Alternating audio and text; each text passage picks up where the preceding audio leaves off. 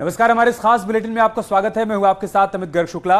मैं आपको बताऊंगा कि कैसे शाइस्ता परवीन 4 बार पुलिस के करीब आकर भी पुलिस को चकमा देकर फरार हो गई। नमस्कार, आपके साथ मैं हूं नलिनी पांडे और मैं आपको बताऊंगी कि कैसे अतीक के जेल जाने के बाद शाइस्ता अवैध वसूली का काम करवाती थी। नमस्कार, मैं हूं सर्वेश दुबे। मैं आपको बताऊंगा माफिया अतीक अहमद के अपराध के साथी और राजदार सौलत हनीफ खान ने कस्टडी में किस तरह से सौलत हनीफ खान ने राज उगले हैं, चौंकाने वाले खुलासे किए हैं।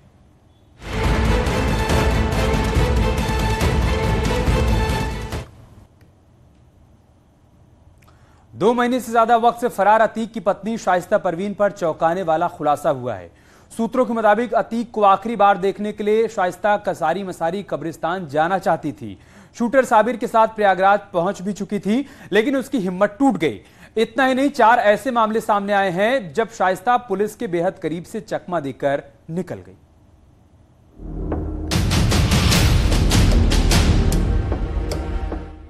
लेडी डॉन यानी अतीक अहमद की पत्नी शाइस्ता परवीन, जिसकी तलाश यूपी एसटीएफ 2 महीने से ज्यादा से कर रही है, जो अपने बेटे के जनाजे में नहीं आई, पति और देवर को सुपुर्द खाक नहीं कर पाई। लेकिन सूत्रों के हवाले से खबर सामने आई है कि शाइस्ता अपने पति का आखिरी दीदार करने प्रयागराज पहुंची थी और कसारी मसारी कब्रिस्तान भी जाना चाहती थी।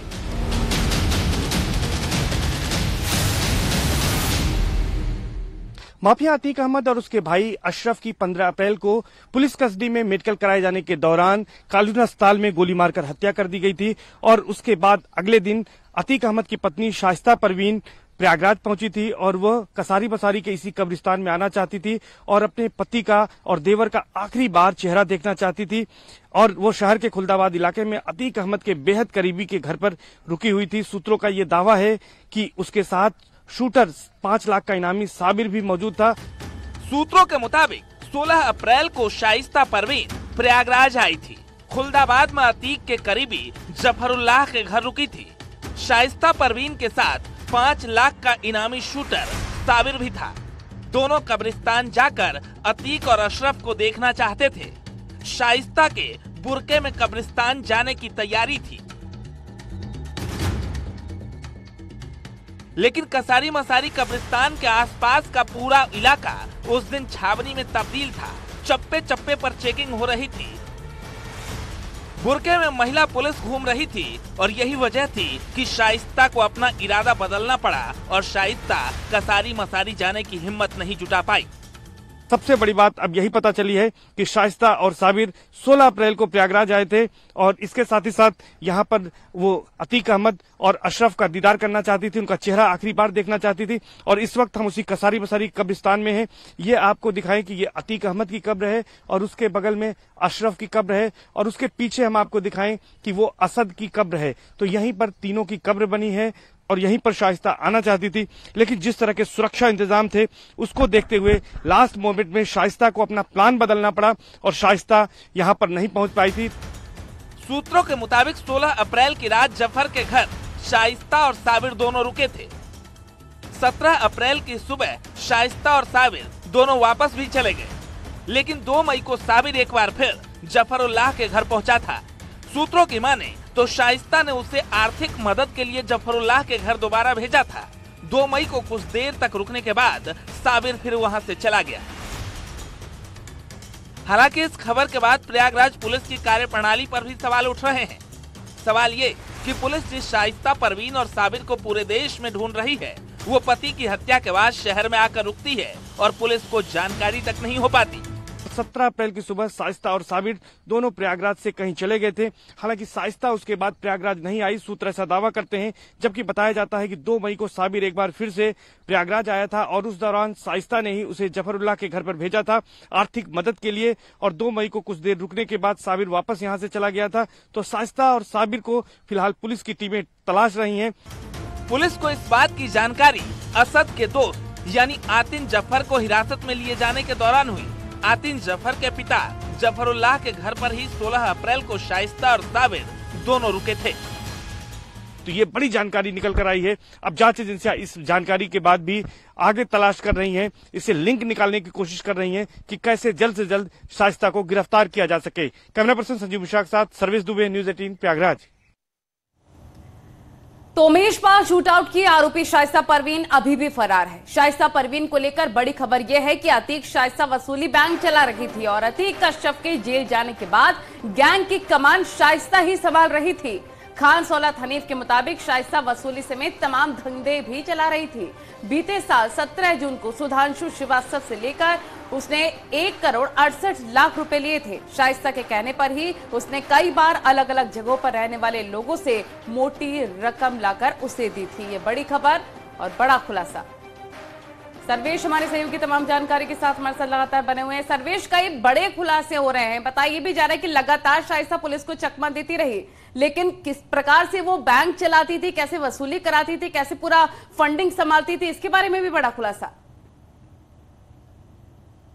देखिए, न्यूज 18 पहले से ही इस बात को बता रहा था कि अतीक अहमद के जेल जाने के बाद अतीक अहमद का जो इंटर स्टेट गैंग है IS 227 उसे खुद शाइस्ता परवीन संचालित कर रही थी और तमाम जो प्रॉपर्टी के काम हो या पैसे के लेन देन का काम हो सभी शाइस्ता परवीन देख रही थी। लेकिन अब इस बात पर न्यूज 18 की मुहर लगी है, जबकि उमेश पाल शूटआउट केस में रिमांड पर पुलिस कस्टडी रिमांड पर खान सौलत हनीफ को पुलिस ने लिया था और 12 घंटे की CGM कोर्ट से पुलिस कस्टडी रिमांड मिली थी। और जब पुलिस ने पूछताछ की उसमें ये चौंकाने वाले खुलासे हुए हैं।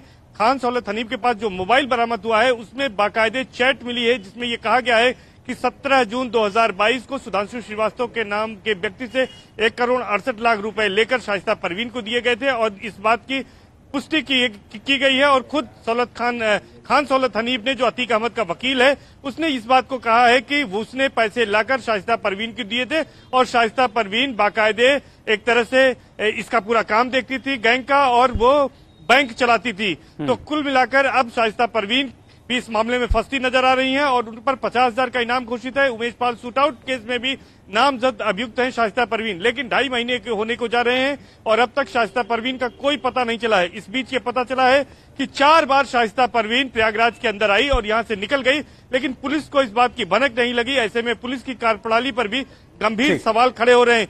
लेकिन अब जांच एजेंसियां लगातार लगी हुई हैं कि किस तरह से 50,000 की इनामी शाइस्ता परवीन को गिरफ्तार किया जाए। इसके साथ ही साथ जिसका लोकेशन बताया जा रहा है कि शाइस्ता परवीन के साथ है साबिर और 2 अन्य जो फरार आरोपी हैं, इसके अरमान और इसके साथ साथ बमबाद गुड्डू मुस्लिम, तीनों पर 5-5 लाख का इनाम घोषित है। तीनों की तलाश की जा रही है और इनको भी जल्द गिरफ्तारी का दावा किया जा रहा है। लेकिन बड़ा सवाल यही है कि जांच एजेंसियां अब तक शाइस्ता परवीन को गिरफ्तार नहीं कर पाई हैं, जबकि लेडी डॉन के बारे में यह है कि वह पिछले 5-6 सालों से, जब से अतीक अहमद जेल में थे, वो गैंग को संचालित कर रही थी और बाकायदे गैंग को ऑपरेट कर रही थी। जी बने रहिए आप हमारे साथ। उमेश हत्याकांड को लेकर आरोपी खान सौलत हनीफ ने पुलिस की पूछताछ में कई राज उगले हैं। सूत्रों के मुताबिक उसने उमेश की मुखबिरी करने की बात कबूली है। उसने माना है कि सौलत ने ये तमाम बातें कबूल की है कि अतीक असद को उमेश की कचहरी से निकलने की जानकारी दी थी। सौलत ने बताया कि उमेश की हत्या से पहले असद ने उसे एक आईफोन दिया था और फेस टाइम ऐप के जरिए ही वो अतीक, अशरफ, असद, शाइस्ता और गैंग के अन्य मेंबर से बातचीत किया करता था। 3 मई को पुलिस कस्टडी रिमांड के दौरान सौलत की निशानदेही पर पुलिस ने उसके घर से यही आईफोन बरामद किया था। सर्वेश, खान सौलत हनीफ ने पुलिस पूछताछ के दौरान तमाम बातें कबूल की हैं और साथ ही साथ ये भी कबूल किया है कि उसने ही मुखबिरी की थी, उसने ही बताया था उमेश पाल की कचहरी से लेकर घर पहुंचने तक का टाइम और साथ ही साथ लोकेशन भी।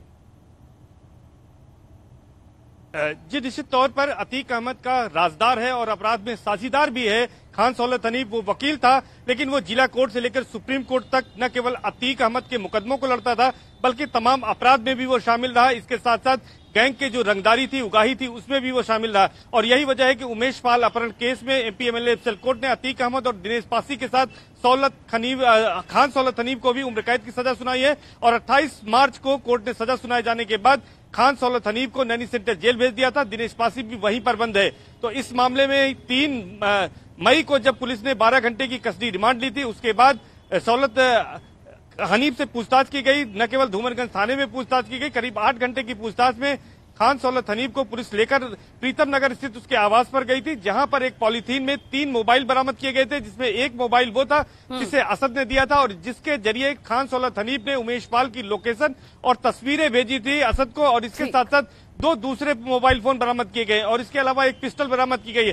पिस्टल के बारे में भी ये कहा गया है कि पिस्टल अतीक अहमद ने खान सौलत हनीफ को उसकी सुरक्षा के लिए दी थी, जो कि गैर लाइसेंसी थी। इस तरह से यह अवैध असलाह था। इस मामले में 25 आर्म्स एक्ट के तहत डुमरगंज थाने में इंस्पेक्टर राजेश कुमार मौर्य की ओर से मुकदमा दर्ज कराया गया है।